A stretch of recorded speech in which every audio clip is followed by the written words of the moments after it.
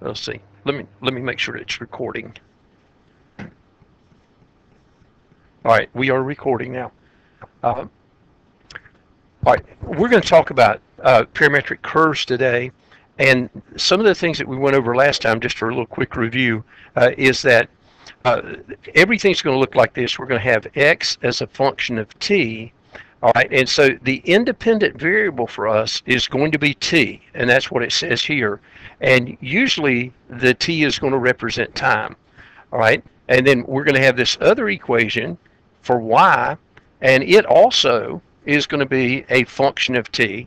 And again, t is the independent variable, and that would mean that x and y both are dependent variables. We're going to get something based on the value that we put in for t. All right, the graph is going to be graphed in an xy plane, just like functions are. And then to graph them on our calculator, we have to be in parametric mode. So would you take your calculator out and just make sure that you're in parametric mode?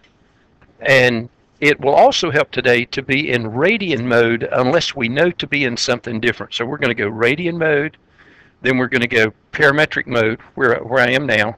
Once we have that, we'll go second quit, and we can put in a problem. All right?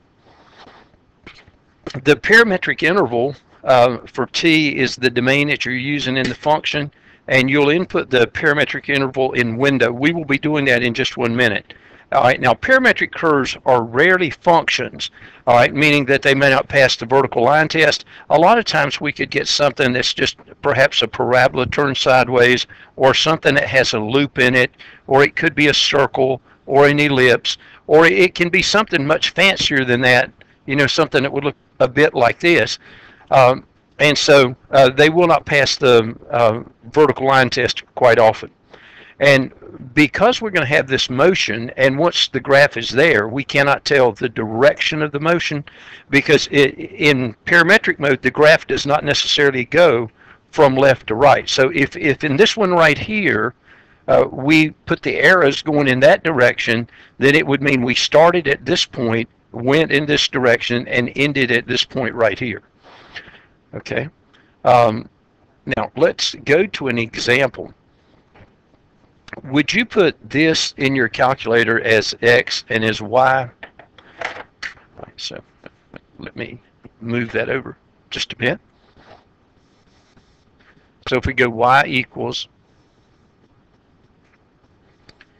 and we're going to put in t squared minus 2, and then we're going to put in 3t. All right. When we graph this first, we want our parametric interval to be -3 less than or equal to t less than or equal to 1. All right, now this is the place where we go to window like the previous slide said, and for our t-min, we're going to put in the number that's in this position. So we're going to type in -3, and then we will put the number that it's on the right-hand side of that inequality as our t-max. And unless our problem has the word sine or cosine in it, we will let our t-step be 0.1. So we will put 0.1 here.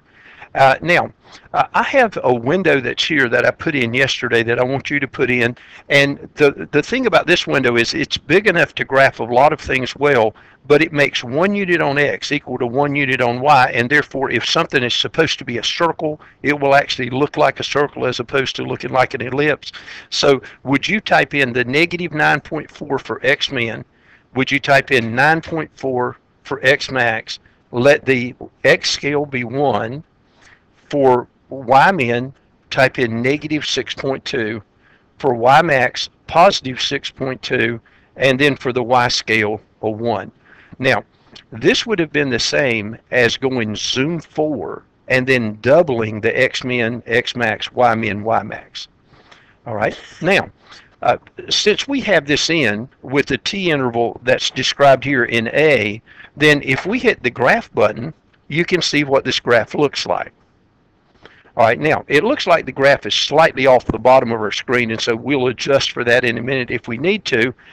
But this graph is going to have a beginning point and an ending point. And so in order for us to get the beginning point, we can go second and the trace button and value, number 1, And when we do, notice that it gives us t equals if we're in parametric mode.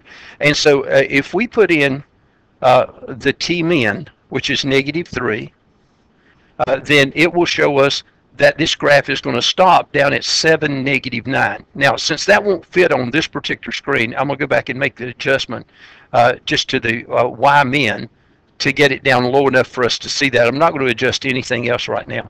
But I'm going to make this -10, and then you may need to remind me to go back and change it back later. But now, if I do this, you can see that the graph is there. All right, and so we would write that ordered pair if we want to. Now, I did that one way. I could have done it a different way. I did second trace. If I had just done trace, that would have been better. I apologize for not thinking correctly there at the beginning. And notice that if you just hit the trace button, not second trace, then it's going to show the t-min value, and you're going to get the ordered pair. So if we were graphing this over onto our graph paper, then where the cursor is, we would write the ordered pair 7, -9. All right, and then if we toggle one to the right, I want you to notice what happens. What it does is it changes the t value.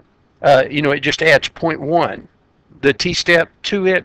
And so we get what we would get if we were to plug 6.41 into that equation, t equals, or x equals t squared minus 2, and then we get, for the y, what we would get if we plugged the -2.9 into 3t.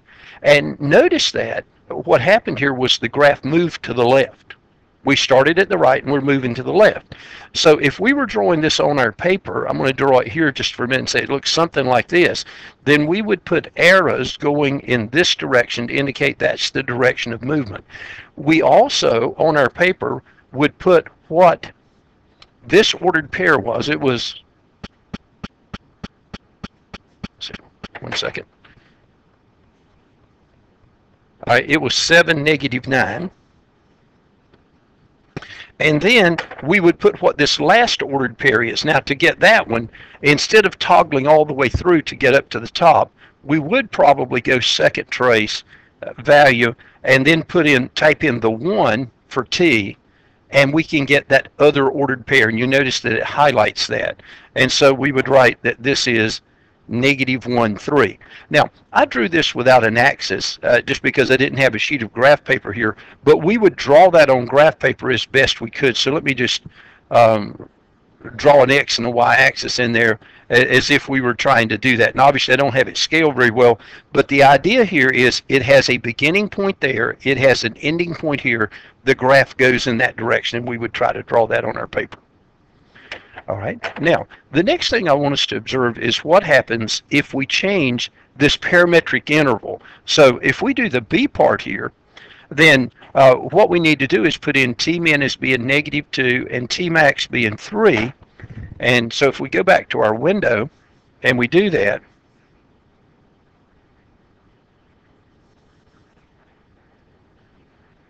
all right, we can hit the graph button.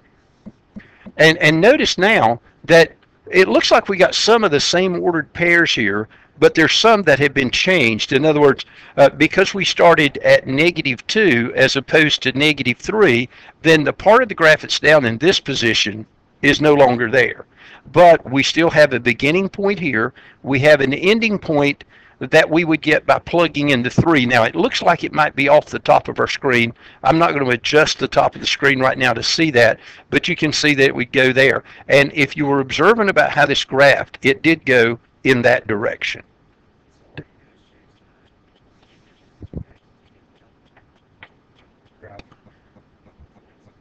Yes, the question was that is all that we do to get the new graph to change the t-min and the t-max, and it is. We would just put in the -2 for t-min and the 3 for t-max, and that would give us the graph. And to get the ordered pairs at the ends, well, we could still use the trace button or the second calc button. Okay. All right. Now, if we were to do this one where it goes -3 to 3, since the -3 right here is the same as what we had here, and since the 3 that's here is what we had here, then we would get all of the points that we had here originally. In other words, it would start back down here at 7, -9, and go all the way around. And I'm not going to take time to do that right now because you could do that on your own on the calculator and could see that. Okay, so just as a sort of summary for this, if we're going to graph parametric equations, all we have to do is we have to be in parametric mode. We have to go y equals, we have to enter it, and then we have to enter our t interval. The biggest difference between this and functions is in functions you don't have to worry about a t interval, and of course you just have one equation instead of two. All right? You might wonder, well, why are we doing this? But as good a question would be, why did they start you with functions in Algebra 1 instead of doing this? Because you can probably do more things with this. But the point is, the reason we do start with functions is that functions only have 2 variables in them, and so it's easier to talk about it than if you have 3 variables. The more variables that you have, the more difficult it would be to talk about something. All right. Now, the next thing that we want to talk about is how do you find points on parametric curves? So in the homework tonight, one of the things you're going to do is they will give you a set of parametric equations, and then notice that here they're giving us some isolated t values instead of a t interval, and so we could make a chart of ordered pairs just by substituting. In other words, if we were to put -1 into this first equation, we would get 3 minus 1 or 2. And if we were to put -1 in this second equation, we would get -4 plus 5, which would be 1. So by hand, we could get this. Now, the reason that this becomes a skill that I want us to learn is we can also program the calculator to do it. So again, if you'll take your calculator and you'll put in these 2 functions as x1 and y1. So we will clear what we have here. And now we have 3t squared minus 1, and then we have 2t plus 5. All right. If we would go to table set, so we want to go second and window, then if we will put this on ask, then we can go second table. And because I've used the calculator recently and put some numbers in here, I would need to delete these. So I'm just going to push the delete button and until these go away. All right. But now, once I've deleted those, I can just type in these t values here, and when I do that, it will give us the ordered pairs. So this is something that we can make the calculator do for us. If we put in -1, all right, on this other one I did something wrong. If this is -1, that would be -2 plus 5, which is 3. So a little basic math that I didn't handle very well. All right, now if we put in 0, then we can get the ordered pair for that. We can put in the 3. So all we wind up doing is just typing in the numbers. And it doesn't matter if they're a little strange and they're like 5 halves. We can type in the 5 halves and it will give us the ordered pairs. So that's a skill that we're going to be expected to do.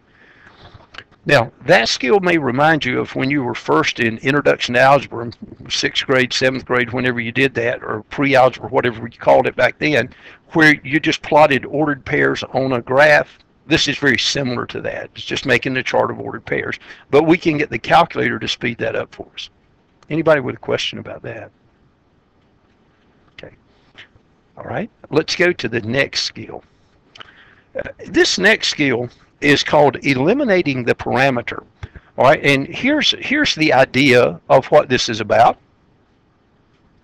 If I give you these 2 equations here, you don't have any experience of trying to guess what this is going to graph into. In other words, will it graph into a line? Will it graph into a parabola? Will it graph into a circle? Will it graph into something else? Now, you may be able to guess what it's going to graph into. All right, but the fact of the matter is, it's not something that we know for sure. And so, and actually, a truth about this is, if you want to, this one is actually going to graph into a line because I did the problem in a class the other day, and so I remember that. But there would be infinitely many sets of parametric equations that could graph into that one line. So one of the difficulties with parametric equations is there's a lot of ways to get it to do the same thing. It's just that when you're first learning that stuff, it's a little bit hard to handle that. Now, what we would like to do is, on this thing called eliminating the parameter, is we would like to convert this back into the form of a function, because if we do, it'll probably turn out to be something either in this form, y equals mx plus b, so we would know it was a line, or it could be something like this, y equals a x squared plus bx plus c, and we know it's a parabola, or it might be something else that we know an equation of. And so this is one of the things that we do frequently. Notice this time, also before we start, that they gave us the parametric interval being from negative infinity to infinity. In other words, we can put in any t value. And so that would mean, for example, if this were to turn out to be a parabola, it wouldn't just be a part of a parabola that had a beginning point and an end point. It would be an entire parabola that would have arrows on the end of everything.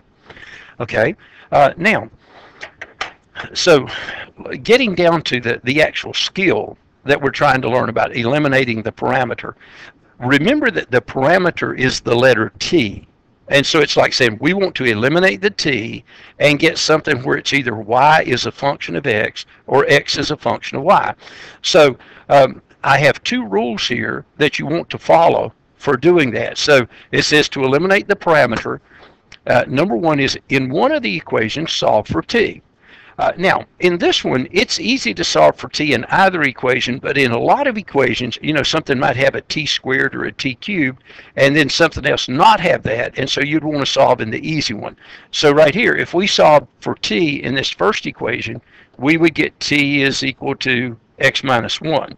Now, once we have done that, the second rule says to substitute the expression for t, so that would be our x minus 1, in place of t in the other equation. So we would start copying this second equation, and where the t is, we would put the x minus 1, and then we would get the equation 2x minus 2. Now, in this equation, we know some stuff. Not only do we know it's a line, but we know that it should have a y-intercept of -2, and then we know the slope's 2, so it should go up 2 over 1. So we know it ought to go something like that. Okay, so when we graph this in just a minute, then it ought to go through those points.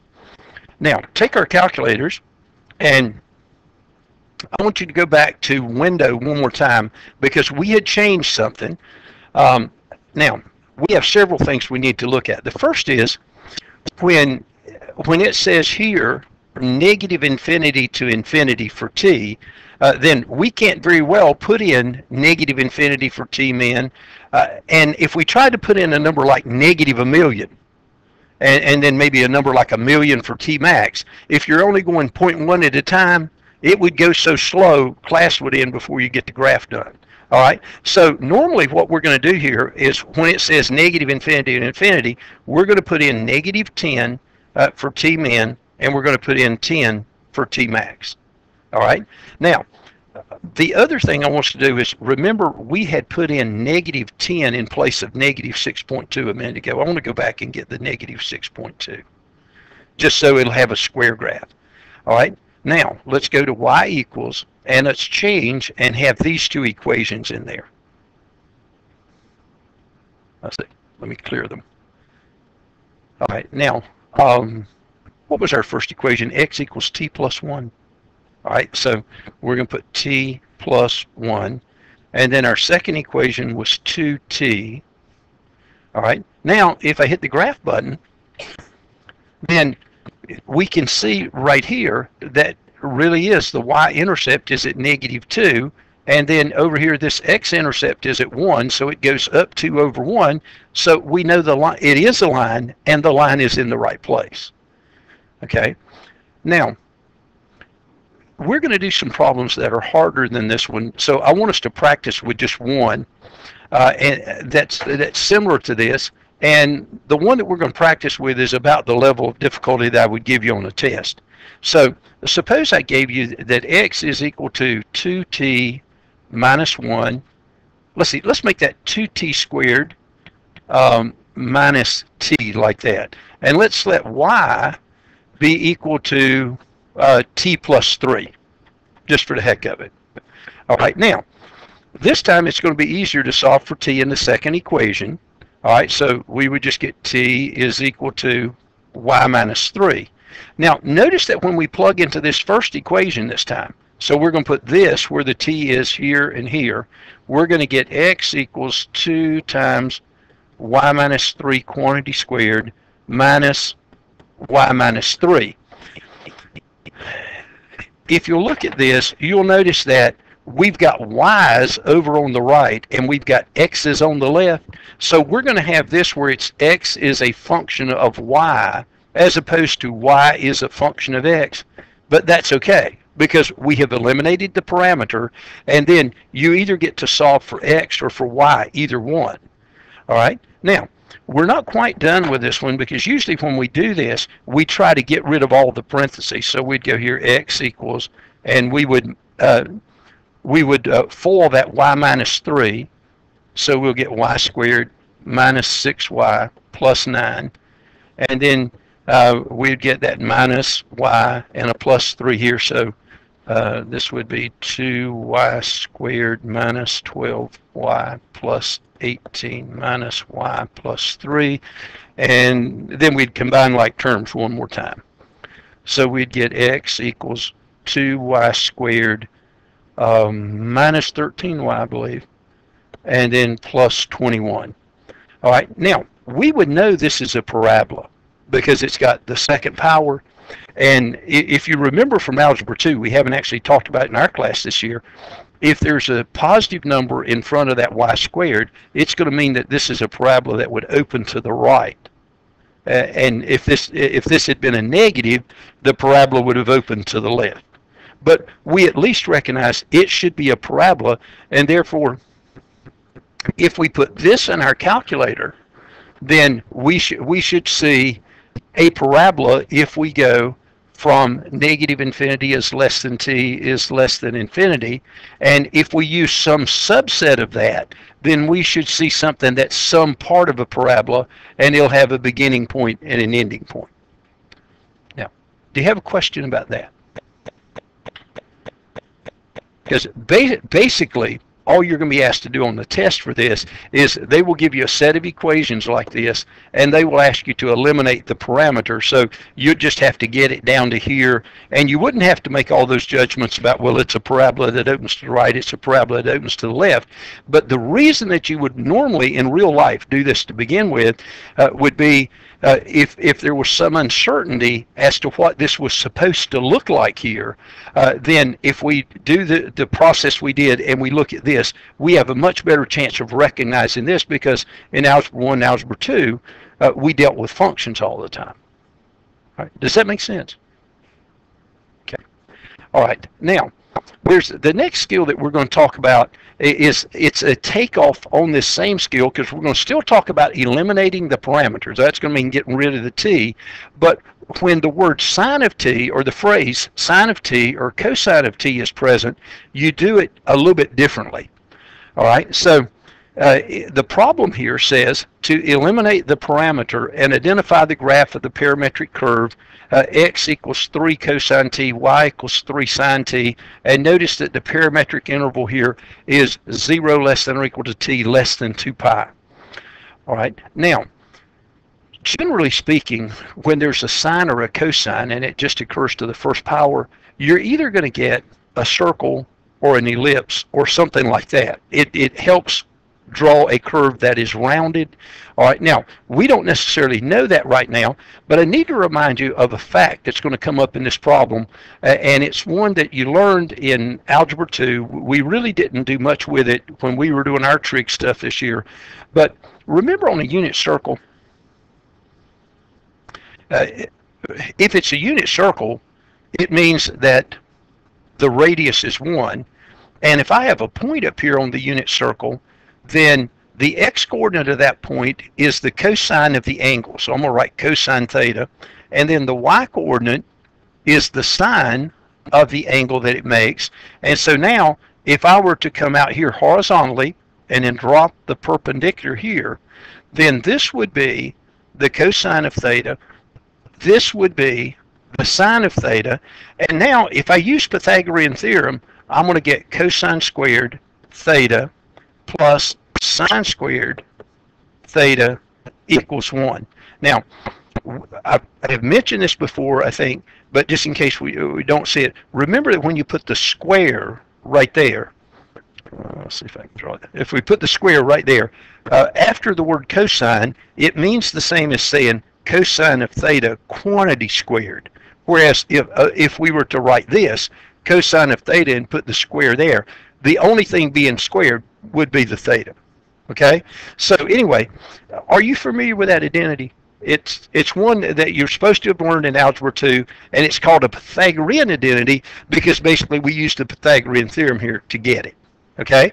Now, that's going to come up in this problem. So let's look at what they did here.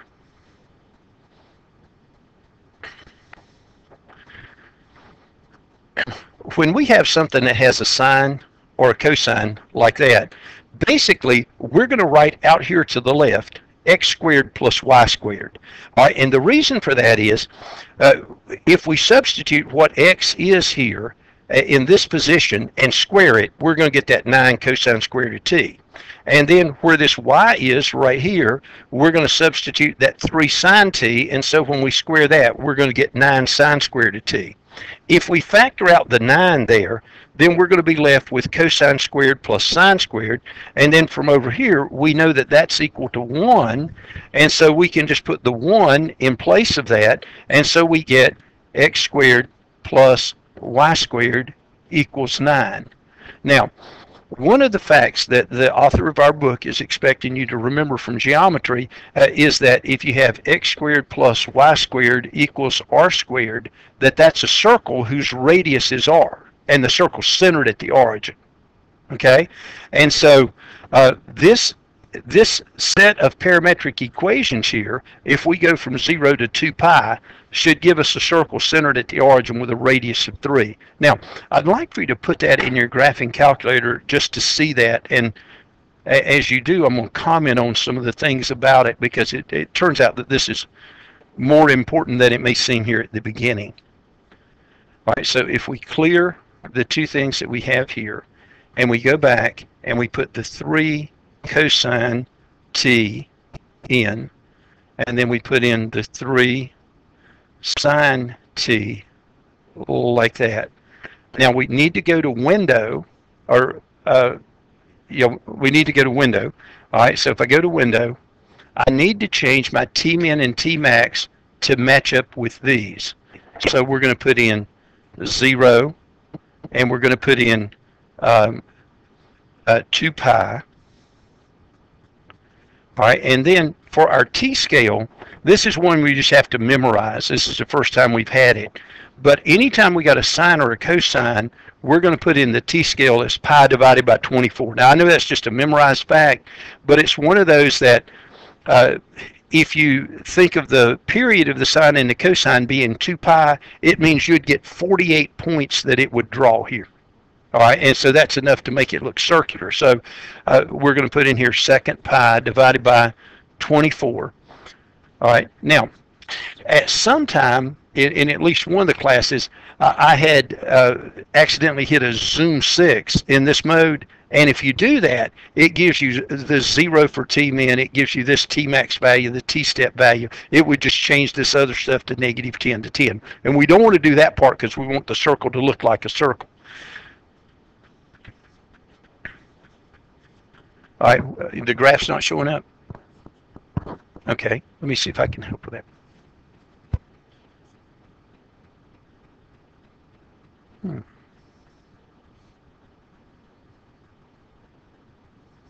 Oh, you're in degree mode. You need to be in radian mode. Yes. Okay, now it should show up. All right, and you want to get our same window right here for that. All right, now I'm going to go ahead and hit the graph button, and the thing that I want you to see is where the graph starts. All right, that's going to be something that, as we do some other things later, it's going to be important to know this. So look at this one. All right, I think you can see that the graph started over here in this 3 o'clock position, and then it went counterclockwise. All right, every time, if we have something where we got x equals, and we have a number, and then we have cosine paired with x, and we have sine paired with y, then the graph will always start in this position and go in that direction. If we switch the sines and cosines, we can still get a circle, but it'll just start graphing in a different place. And so the way that we did this one, where you pair the cosine with x and the sine with y, will wind up being sort of a staple for us as we get into this a little bit further. And that's going to come in a lesson after this one. All right. Now, let's go to the next thing about this. We're going to talk about writing parametric equations for a line.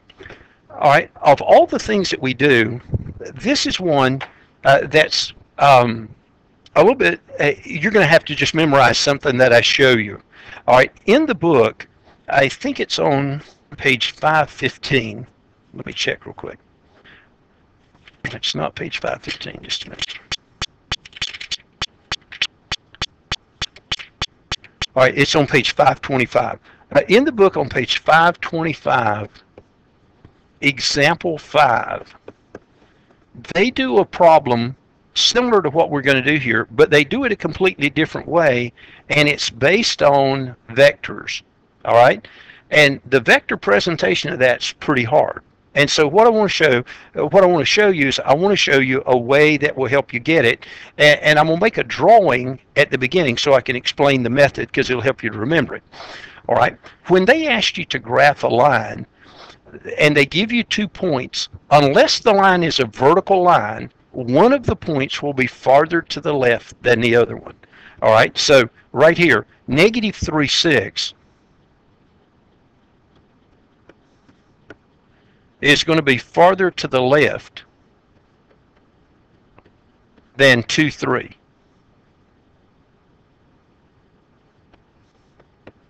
All right, now, so the point farthest to left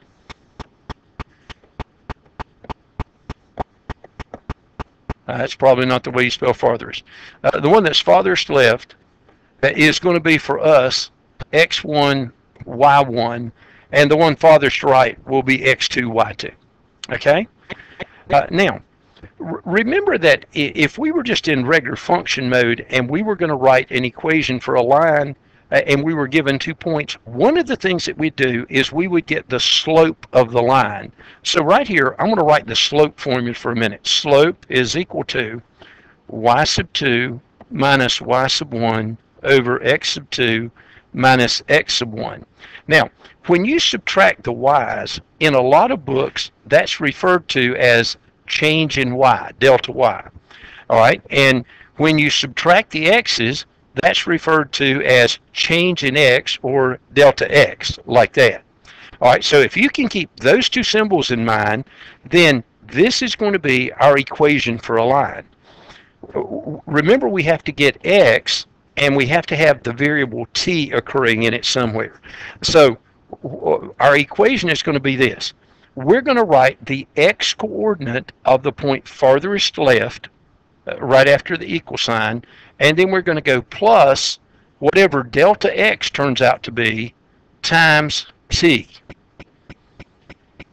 Okay, and then for y, we're going to take the y coordinate of the point farthest left, and we're going to put in delta y times t. And if we do that and declare our parametric interval to be negative infinity, less than t, less than infinity, this will graph into a line that will go through the 2 points. All right, now I'm going to demonstrate that for this one, and what I'm going to do, because it's going to get a little bit cluttered on the board here, is I'm going to write in red for what we're going to do. So The first thing that I want us to recognize is that the point farthest left is this one.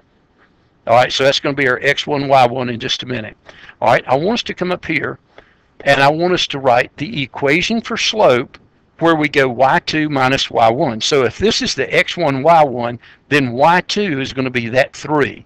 So we're going to go here 3 minus 6. All right, and then we're going to go 2 minus a negative 3 here. And so we're going to get negative 3 over 5. And I'm going to write out beside that, this is change of y over change of x. So our delta x is going to be 5. Our delta y is going to be negative 3. So now if we just fill in this first equation here, we're going to get x equals, all right, our x sub 1 is the negative 3. And then we're going to go to the delta x, which is 5, and we're going to put the t.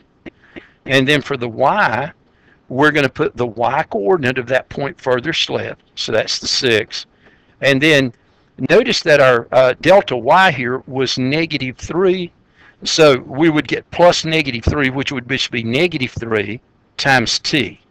All right, now, as long as we go negative infinity, less than t, less than infinity, this should graph into a line. Okay, now I want us to put this in the graphing calculator. And since I've got that written to the left, some of you might have to remind me exactly what I've got here. All right, so we'll go back to y equals. We'll clear out the two things we have here. And so we had, it was negative 3 plus 5t. Thank you. All right, and then the other one was 6. Right, 6 minus 3t. Okay, now let's go to window. And remember that since we're dealing with this negative infinity to infinity thing, we would want to put in negative 10 and then 10. And we will change the t-step to 0.1 because we don't have a sine or a cosine. All right, so we're going to put a 0.1 here. All right, now if I hit the graph button, notice that it draws a line. And now the question is going to be, is it in the right place? Okay, now the way I did this, there's something that's going to happen as a regular thing. Let me put the graph down here, or the calculator down for a minute. Do you see that if I were to put in t equals 0 into this equation, that this part would become 0, and so would this part, and so I would get negative 3, 6, which is one of our points. Okay? Now, on the other one, usually if you put in t equals 1, if you do it the way I'm showing you, you should get this other ordered pair. So let's go back to the graph, and all we're going to do to check and see if we got it right, because, you know, if we mis-subtracted over here somewhere, we'd have the wrong thing, is we want to remember to put in t equals 0 and t equals 1. So we want to go second trace and then number 1, and now we want to put in t equals 0, and that should show me one of my ordered pairs. And then if I put in 1, it should show me the other ordered pair, 2, 3. Okay? And so now, we know this is the correct line because through any 2 points there's just one line. And so since it went through these 2 points, we know we have the right line. All right. One other comment about this, because I'm having you do this in a way that's not in the textbook. If you put the points backwards, okay, then if t equals 1 does not give you your second point, try t equals negative 1. Because if you put it backwards, t equals negative 1 should make it work, just for what that's worth. All right, now let me put this down for a second, and I want to go to a blank sheet here for a minute. So let's suppose, well, in the homework tonight, all of what I'm going to tell you is going to happen. There are going to be 2 problems. We're just going to say, write the equation of the line. And so we're going to do exactly what we did there twice. The 2 problems that become immediately after that are going to say, write the equation of the segment whose endpoints are, and they're going to give us 2 points. Okay, so now the difference in the second one is it's going to say segment instead of line.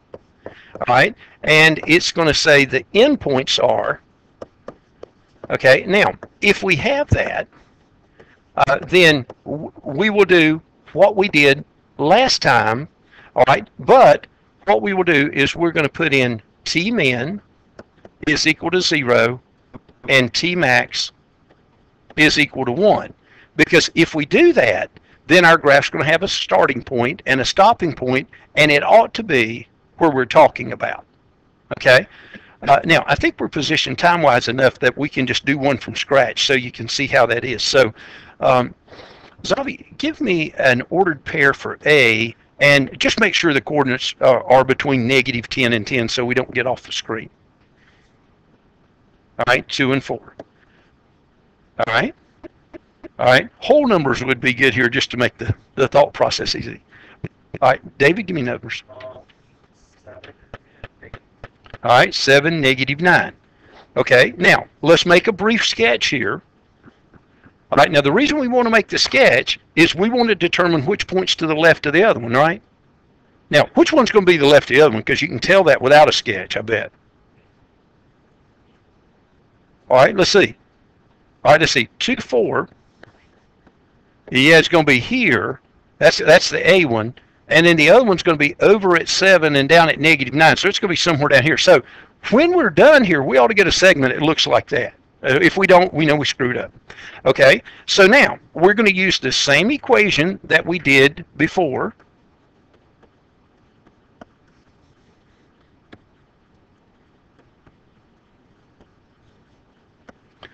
All right, so let's just fill it in here.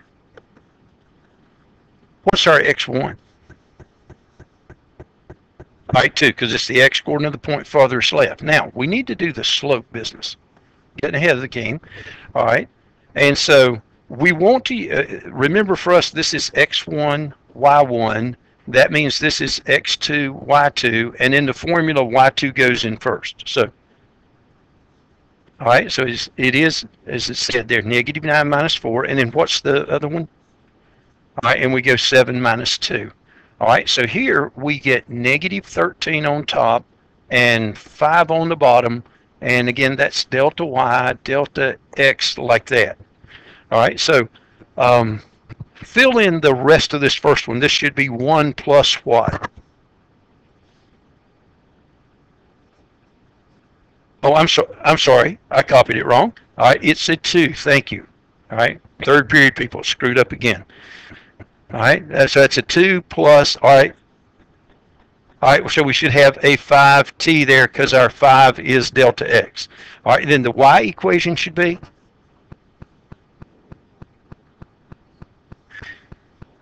All right, the first number is 4. All right, since it's a plus delta y, it'll be 4 minus 13t. All right, that's correct, and that was called out from the class. All right, and again, we want to have 0 less than or equal to t, less than or equal to 1. This part that I'm putting that little wiggly line under there, remember that part about if it's going to be a segment, then your t interval here has to just go from 0 to 1 if you do it like we're doing it. Now, let's check it on the calculator. That's what makes it nice and easy. So go to y equals, clear these out, and then put in 2 plus 5t, and then 4 minus 13t, enter that, go to window, and change the tmin to 0, change the tmax to 1, and now let's see what happens. Let's see. You know, our y-min's -6.2, and this number is going to be -9. Let's go down and change our y-min to -10 just to get this on the graph. So we'll make that a -10 temporarily. All right, now if we hit the graph button, all right, it graphed it so fast it's hard to see where it went, but I believe it started at the top and went down.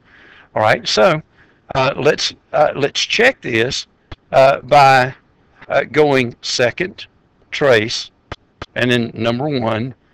All right, now if we put in t equals 0, it ought to give us one of the endpoints, hopefully the one on the left. All right, and you can see that it does.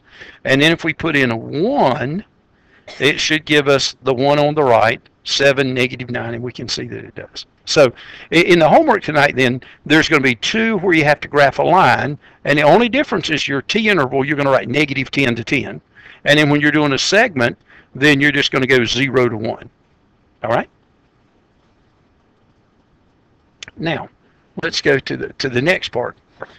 We're going to talk about writing parametric equations for circles and ellipses.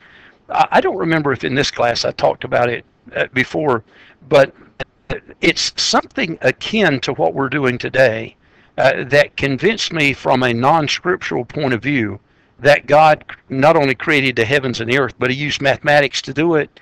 All right? What you're going to see here in just a couple minutes is there's going to be an easy way to put either a circle or an ellipse at any place we want to in a plane. Now, I know when God created, he's creating in space, so it's 3 dimensions, but there should be a similar equation that wouldn't be much harder to write, that you could do this. And so, my thought process about that goes something like this. Now, like I think it was last Friday, we had the near miss by the asteroid, right? And then the other one hit Russia, and there was a big crater, and there was another one that flew north over northern California. There was some activity, but by and large, we go a long time without having anything of size impact the Earth.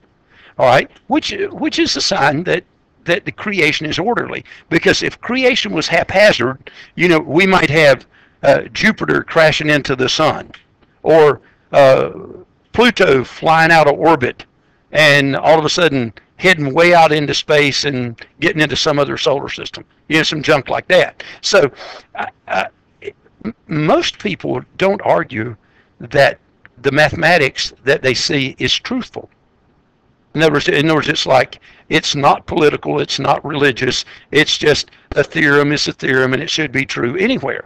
Well, I really believe that when God created, that he used mathematics to make it easy on his mind. Now, his mind's, he comprehends things a heck of a lot better than we do. But between what I'm going to show you here and the fact that scientists have discovered that on your DNA, there are little things similar to formulas. It doesn't say f of x equals, but there's the things similar to formulas, and it causes you to grow at a certain rate, have a certain trait. In other words, encoded in your DNA is the code that makes you who you are physically. Right, I think you understand that. All right, and so if that can be encoded, that means there's something that's either mathematical or scientific about that. And so I believe that God is the world's greatest mathematician and the world's greatest scientist, and that he used that in creation. Okay? Now, if you just want to be philosophical, we don't have time to get your responses because we're recording, but this, though, is how long do you think God had to think about creating a universe before he created a universe? Since he's lasted from everlasting. Did he think about it for 100 million years and then he did it? Or is he just so wise that as soon as he thought about the idea, that he just knew how it would work out immediately? I mean, I don't know. I mean, heads are being shaken that he knew it immediately. It's just such a, the universe is such a magnificent thing. And remember in Scripture it says, after finished creation, and it says, and God rested from his great work, on the Sabbath day, and so he sanctified the Sabbath day and made it holy. All right, so I mean, it was tiring work even for God. So that to me that's interesting, and again, it's just a man trying to comprehend something that's way beyond what a man usually sees. But anyway, let's look at this and see if I can convince you about this. All right, we want to write parametric equations here for this particular circle. So we want the center to be 2.1 and the radius to be 4. All right. Now, if you remember a couple minutes ago, we had that problem about x equals 3 cosine of t and y equals 3 cosine of sine of t right here. And when we did that over the interval 0 less than or equal to t less than 2 pi, that This graphed into a circle whose center was at the origin and whose radius was 3. Okay? All right, in other words, the radius was the number that went right there. Okay, so if we wanted to do something similar here, the problem would be, how do I get the center to be 2, -1?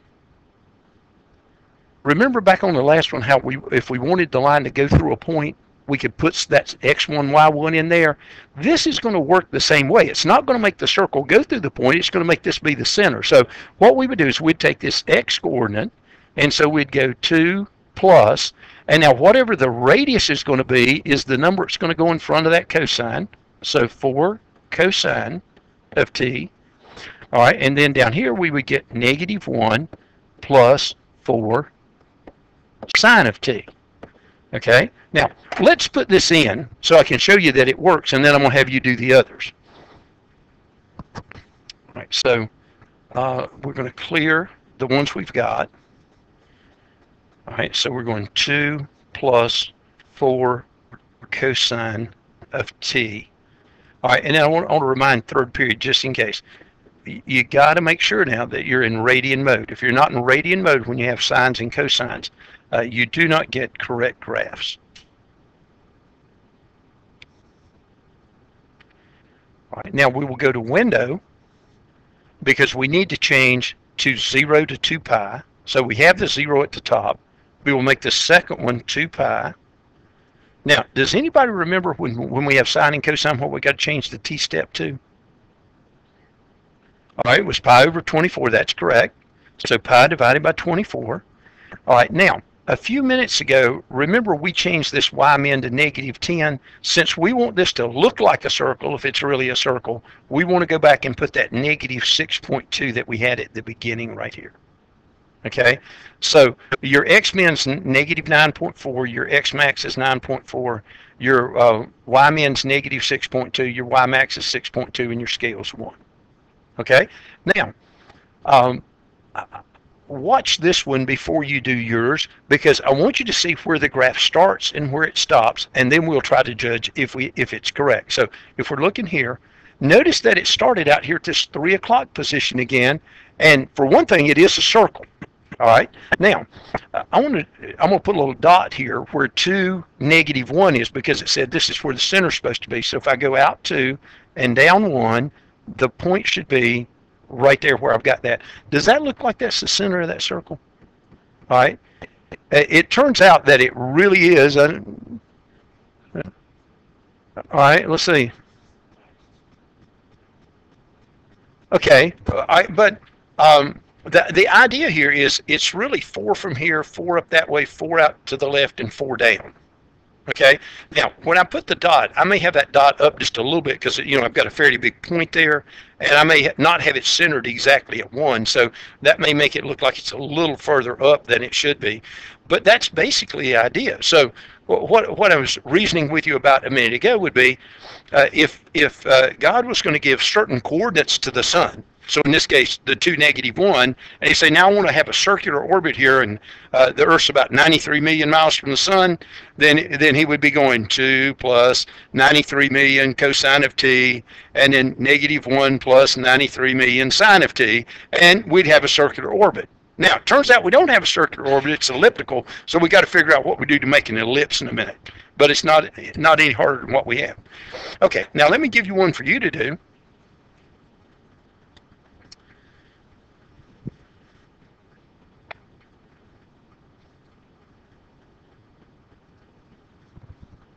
All right, we want the circle whose center is at 0 and 2 and whose radius is 3.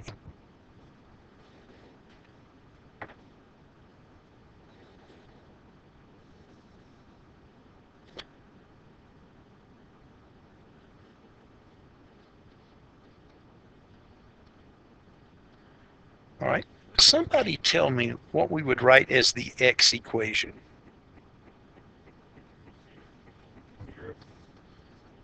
All right, 0 plus 3 cosine of t. Okay, now, this is correct. Do you understand if I put 0 plus 3 cosine of t, that would be the same as just cosine of t? if somebody wanted to do that. I think it's smart to put the 0 there to remind you that's going to be the x coordinate of the center. All right, and then David, what would you put as the y coordinate? And David says 2 plus 3 sine of t. Okay, and of course when we put it in, we'll get the parentheses around those. All right, now since you're going to have to write this perhaps on the test, what's going to be our t interval? All right, 0 to 2 pi. All right, and on the test, I won't care if you put an equal to sign there or if you just leave it blank. It's going to look like it completes the circle either way. So let's go back. Let's see, let me erase my dot. All right, now y equals clear. Clear. All right, so I'm going to actually type this 0 plus 3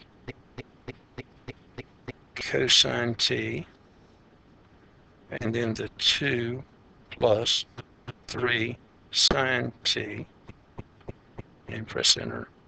And we'll go back, but we know we already have 0 and 2 pi here. Okay, so now if we hit the graph button, look what happens. You can see for one thing that the center of this one's definitely different than the center of the other one. Now 0, 2 is none to the right but 2 up, so I can put the dot right there.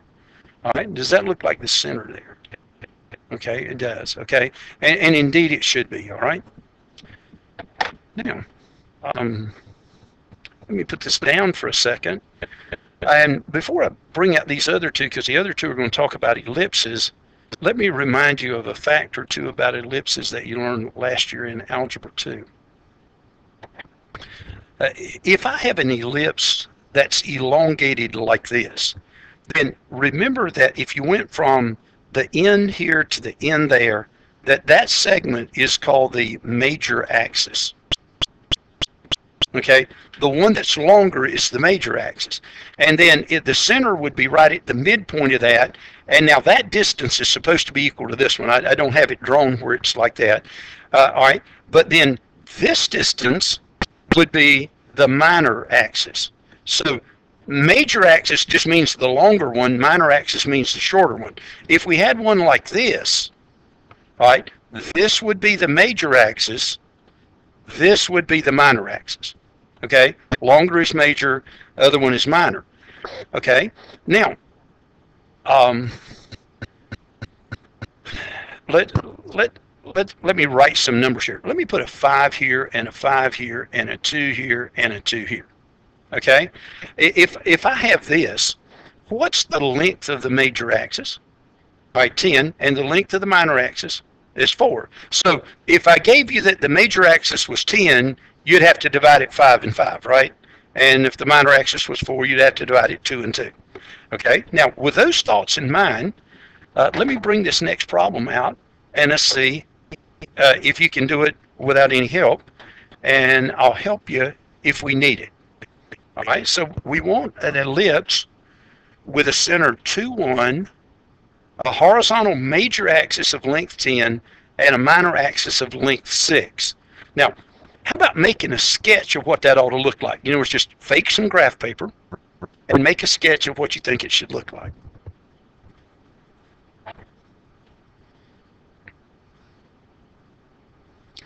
So the center is going to be 2, 1. All right, so there's the center. All right, now, how many do I need to go right and left from the center on this one? All right, right 5 and left 5. Okay, that's good. All right, so 1, 2, 3, 4, 5, and then up one should be here, and then 1, 2, 3, 4, 5. So it should be there. All right, and then how many should I go up and down from the center? All right, 3. So 1, 2, 3. It's going to be about here, and then down here, if I go 3, 1, 2, should be here. So we're going to get something that should look something like this if we do it right. Now, let me dot in here the major axis and the minor axis just for clues. This is a 5, this is a 5, this is a 3, this is a 3. See if that helps us any. Now, without me suggesting something, if you had to write an x equation, anybody want to take a shot at that one? If it's wrong, we'll just change it. What's the first thing that you think we ought to write? All right, a 2, okay, because that's where the center's at, right? Now, remember that the number that you put in front of the cosine was going to be the radius of the circle, so it's really going to tell us how far we're going to go out with the x's. So what number needs to go? All right, so we need a 5 cosine of t. Okay, now, if that's right, what would the y one be? I'm hearing 1 plus 3 sine of t. All right, now, the good news about calculators is you can always check and see if it's right. That's why I had us make the little sketch to start with. All right, so now let's go back and look. So we go y equals, clear these. All right, so it was 2 plus 5 cosine t, and then it was 1 plus 3 sine t. All right, that looks good. All right, now, anytime something goes around circular, in other words, ellipse, circle, either one, the T-min and T-max need to be 0 and 2 pi. So right here, we've already got the 0 and the 2 pi, so we're good to go, I believe. All right, now let's look at the graph. All right, now, I think you can see we do have an ellipse. All right, now let me draw in this 2, 1 on this graph. Over 2, up 1. Does that look like that's the center? Okay. Now, I want you to think about this. The orbits of the planets around the sun really are elliptical. Okay. Now, here's the thing, though. The sun's not located at the center. Well, the sun's located at the center, but if you remember from last year, actually, the sun's not located at the center. I lied to you. Apologize for that. All right. The sun's located in one of these. On the major axis, there are 2 points that are called foci. All right, so I'm going to put a point here and a point here, and in a couple chapters we get over to where this is, but now I'm asking you to remember it from last year. The sun's actually located at one of these, and so what the Lord would have had to have done is he would have had to figure out on his own where the center of the orbit is. In other words, it wouldn't be right at the sun, it would be over from the sun. All right, now, here's the thought. When you were a kid and you first heard about distances from the sun, you probably heard something like this. The closest that the Earth ever is to the sun is 91.5 million miles, and the farthest that we ever are from the sun is 93.5 million. But it averages, because we're in that 93 million range more, and so most people just say we're about 93 million miles away, and you can think like a circle. But what happens is, and this is not drawn very well for it, but if the sun was here, then when we're the farthest away from the sun over here, this would be where we'd be that 93.5 million. And then over here, again, this is not drawn to scale, when we're the closest, that would be 91.5 million. Okay, so that's how that really works. All right. Now, what I'm really interested in here, the stuff about the sun is extra, but it's the idea that you can write this equation. In other words, it's the idea of I need the x-coordinate of the center, and then here I need the y-coordinate of the center. This is how far I go right and left, and this is how far I go up and down. All right? Now, let me just give you another one, and we'll work it quickly, and this will be the end of this part. Let's see, let's bring this out and take that away.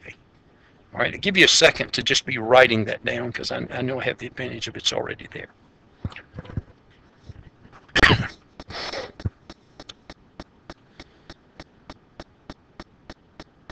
To those of you in third period, Tanner, keep Christian straight, all right? Maybe I should say, Jeb, keep them both straight. Or Elena, keep them all straight.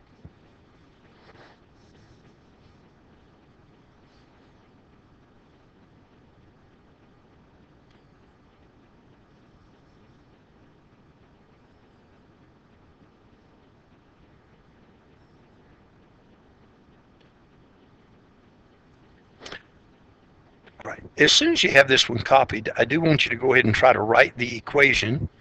And so we'll put the x equals and the y equals. And I would advise you to make the sketch again, because if you make the sketch, it's probably a little bit better. So over here, we're at -1, 2, so it's over in the second quadrant for the center. And then the vertical axis is 8. So we've got to go up 4 from here. And then I got to go down 4 from here. And how much have I got to go right and left? All right, 2. I'm seeing 2 coming right there. So this is going to be 2 units here, and then 2 more units back this way. Because remember, if you do the 2 plus 2, you get that minor axis length of 4, and if you do the 4 plus 4, you get this vertical major axis of 8. All right, so Dallas, can you tell me the equation here?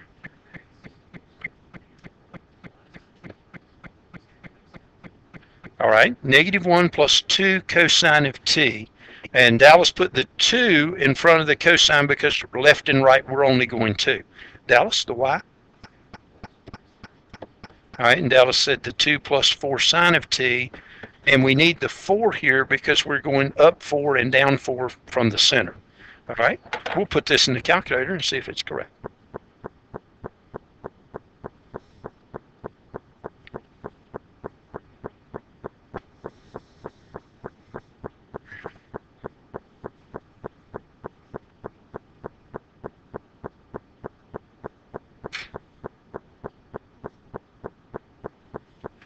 Normally at this time we would have to check for our Tmin and Tmax, but because we've been graphing the same thing, it's going to be 0 to 2 pi. So if we hit the graph button, we get that shape, and it looks like what it should. Okay. Does anyone have a question about that? Okay. Now, tonight's assignment is this.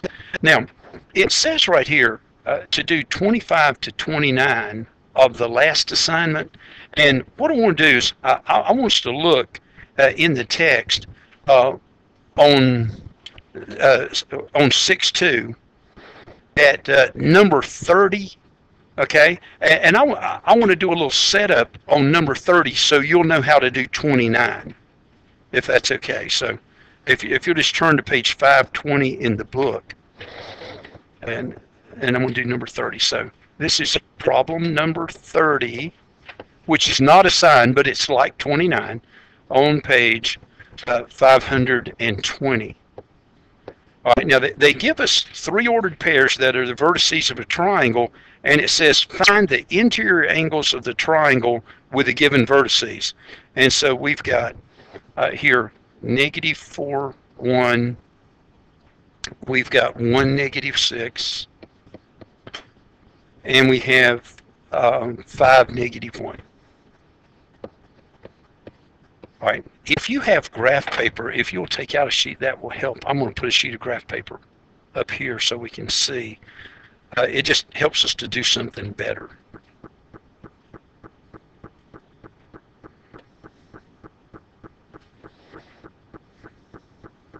All right, what we need to do here in the beginning is obviously just to plot the points. So if we graph -4, 1, I actually want to write the -4, 1 sort of on the outside, and I'm going to put a capital letter beside that. So let's put A for that one. All right, we're going to graph 1, -6. So here's 1, and then -6 is here. All right, so I'm going to right here B, 1, -6. And then we need 5, -1. All right, so we're going to call that C, 5, -1. All right, now I'm going to make a rough sketch of the triangle.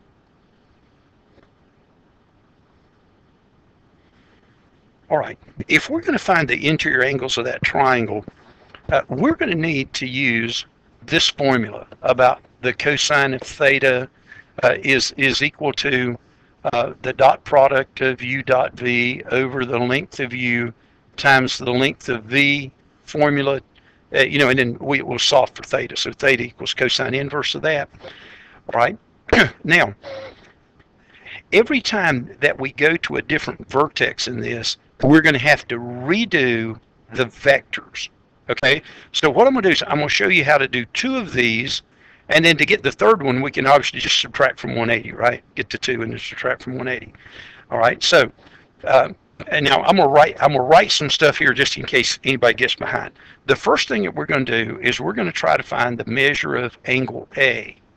All right, so what we need to do is we need to draw a vector here.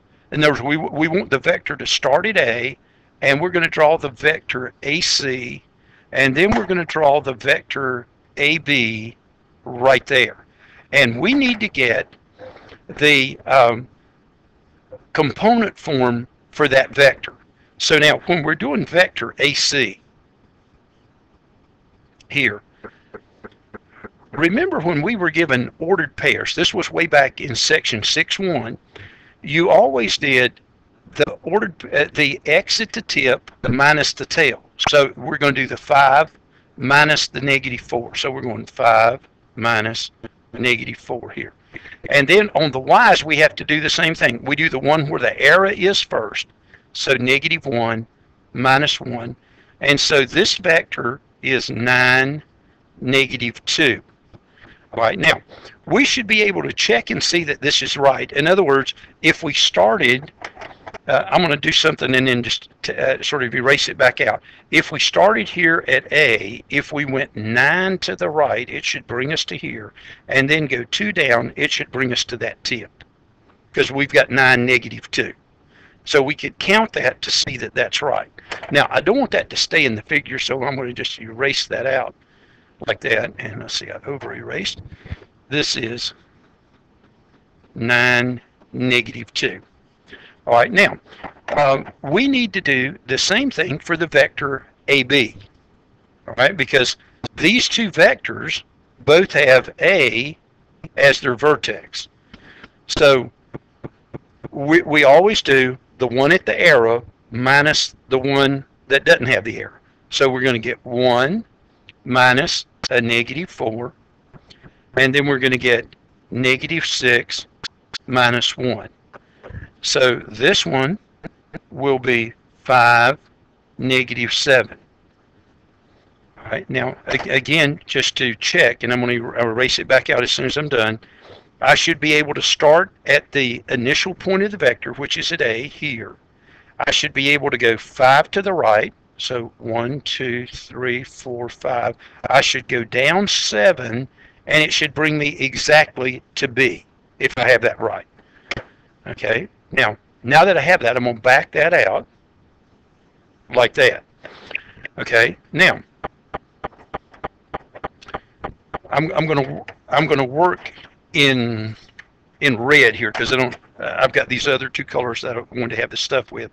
All right. So if I want to get the measure of angle A here, then we're going cosine of A equals, and now one of our 2 vectors down here, like AC, can be U.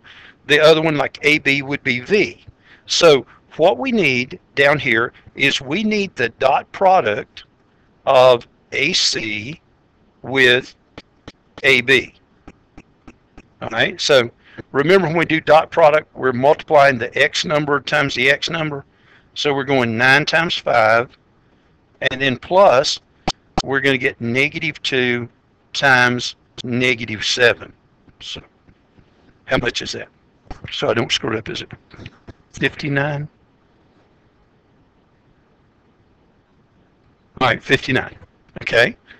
Now, we need to get, next,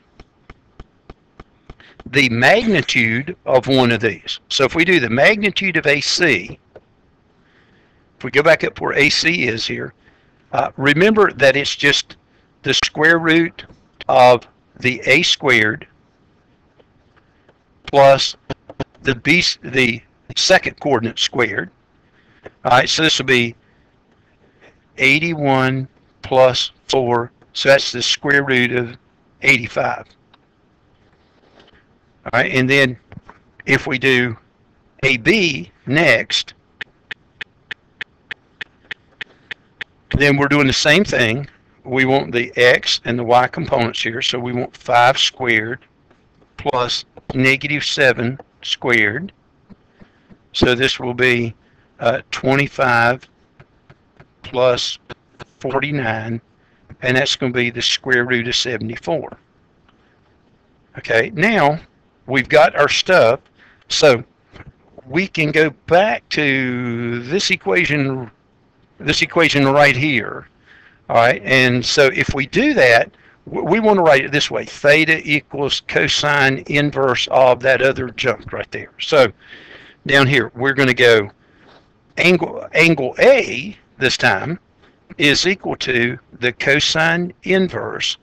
All right, now we want the dot product on the top,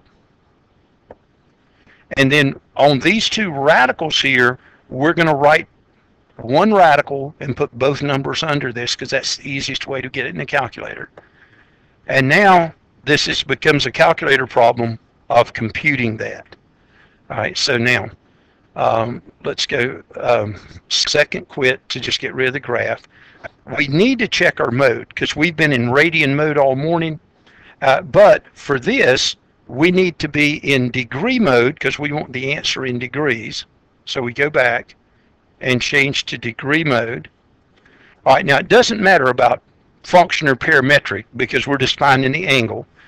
All right, so we go second quit, and now we just go second cosine and 59 divided by second square root 85 times 74, close the parentheses.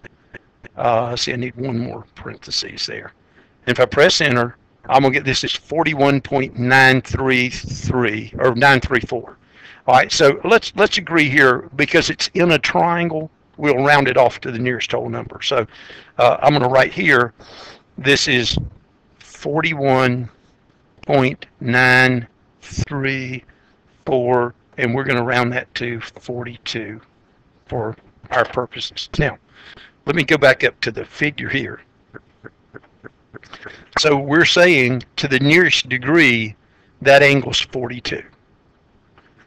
Okay, now, do you see that to finish the problem, what we need to do here is we need to come down to another vertex, let's say this one, and I need to draw the vectors going from here.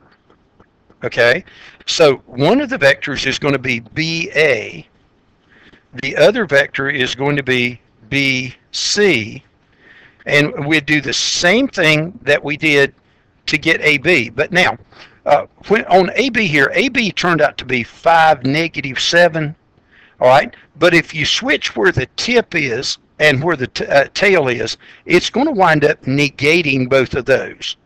All right, now we'll go through the process in a minute, but I'm just going to tell you because it'll speed it up. We're going to get -5, +7 if we do this right. Let's do it real quick just so you can see. So right here, remember you always start where the arrow is. So you're going to do the x, that's -4. All right, and then you're going to go minus the tip, or the initial point. So that's a 1 here.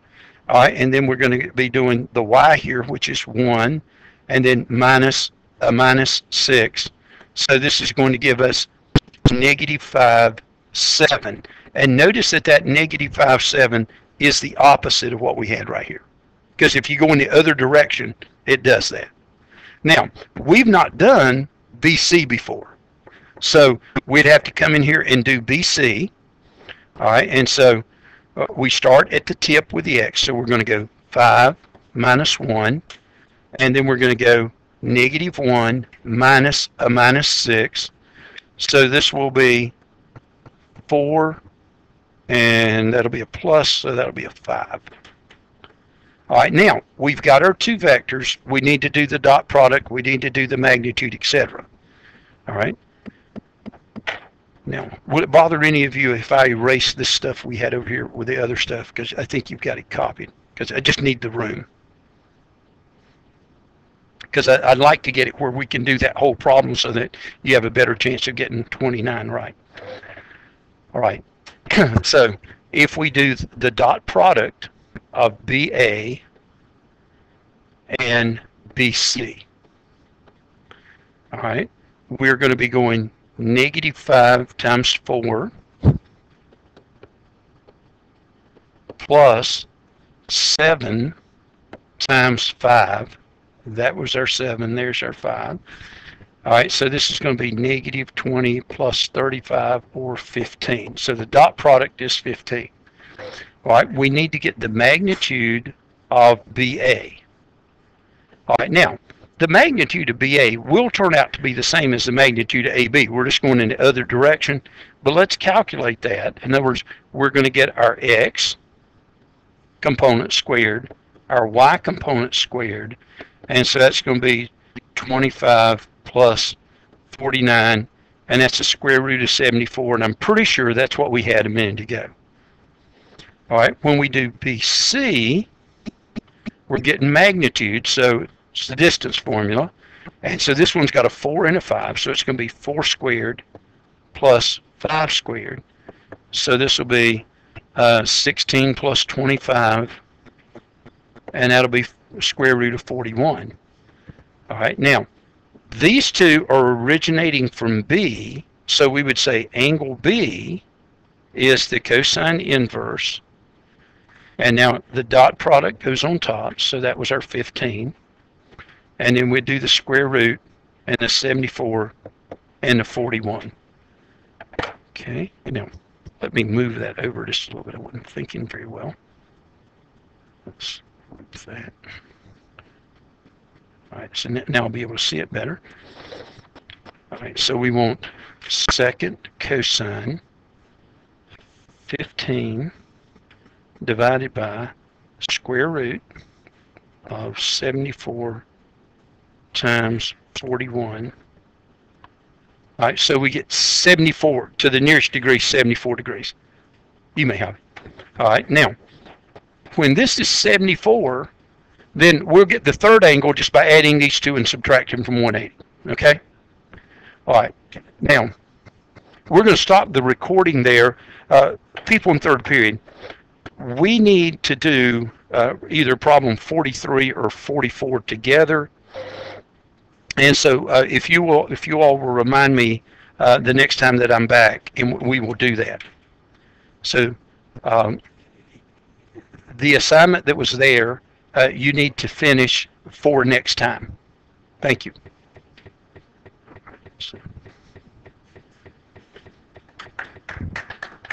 That's right.